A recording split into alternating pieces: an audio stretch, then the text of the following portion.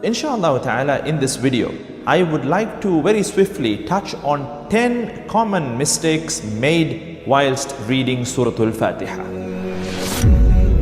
Assalamu alaikum wa rahmatullahi wa barakatuh. My dear brothers and sisters in Islam, Surah Al-Fatiha is considered a very important and from the opening integrals of a salah of prayer.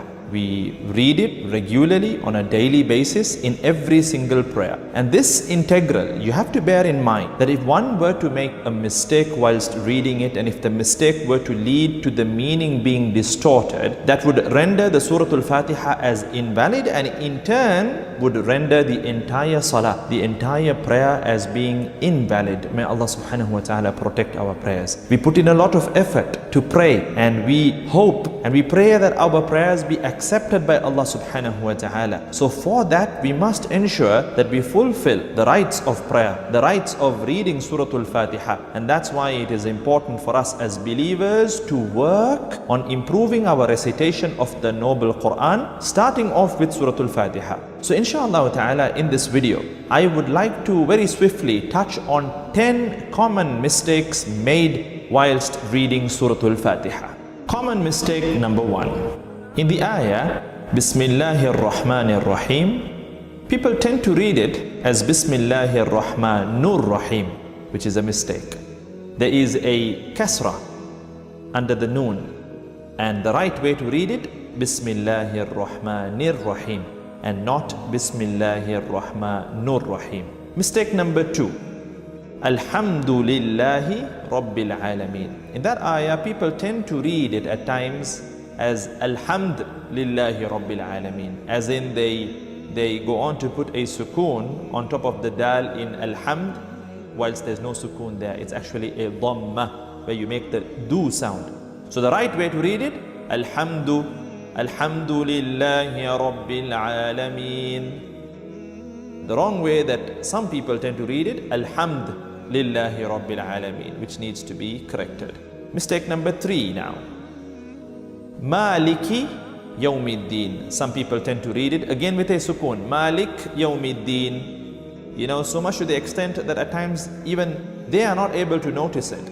Malik Yawmiddin almost sounds as if they're reading it the right way, but then if you observe carefully and very, in a vigilant way, you will observe that they're making a subtle sukoon, where they would read Malik Yawmiddin. So the right way to read it, Maliki Yawmiddin.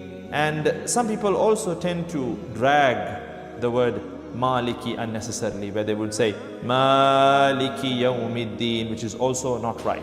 The right way to read it, Maliki Yawmiddin. Mistake number 4. And now this is an important ayah, and we tend to notice a lot of people making this mistake. The ayah that needs to be read as Iyyaka na'budu wa iyyaka. The word Iyyaka, there's a shadda, so there's this layer of emphasis, Iyyaka, Iyyaka. But people tend to read it very loosely. They read it as Iyyaka na'budu wa iyyaka nasta'in, which entirely distorts the meaning. It changes the meaning from the right meaning, which is Ya Allah, you alone we worship and you alone we seek help. It changes it from that to O sunlight, we worship you. O sunlight, we seek help from you. So this is something very serious, and we need to work on correcting this mistake for those who are making this mistake. Moving on to common mistake number 5. If you take the ayah, Ihdina siratal, people tend to make a mistake where they read it as Ihdina saratal. So saratal, that's wrong. The right way to read it is with a kasra over the letter sad. Ihdina siratal.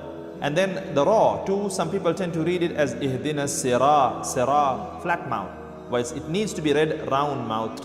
Ihdina siratal, Ihdina siratal. Common mistake number 6 in the ayah, alladhina, people tend to read it with a Z sound, allazina, Z, whilst the right way to read it, because the letter there is the letter dhal, you need to read it alladhina, alladhina. And another mistake that people tend to make is with the word alladhina and an'amta, they tend to join the two words unnecessarily when reading, and they read it like reading one word.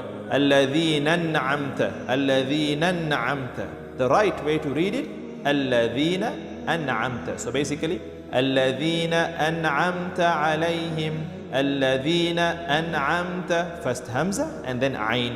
The next mistake, the next common mistake that people tend to make is with the word al-maghdubi. So, ghayril maghdubi. They tend to confuse the letter ghayn with the letter ayn.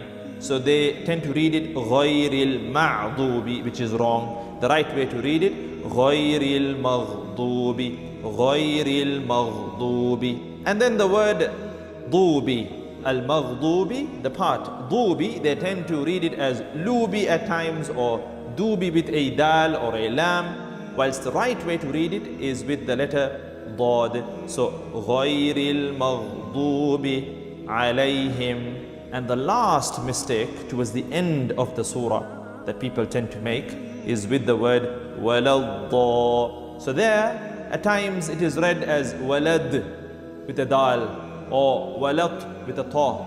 The right way to read it, because it's a dad, waladda, waladdallin.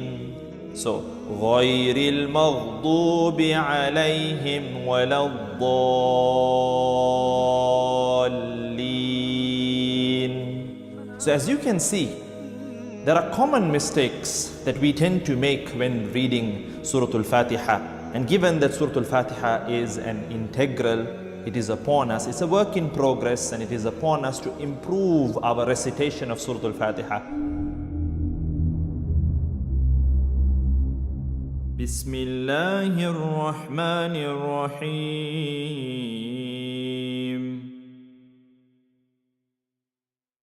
Alhamdulillahi Rabbil Alameen. Ar-Rahmanir Rahim. Maliki Yawmiddin. إياك نعبد وإياك نستعين. إياك نعبد وإياك نستعين.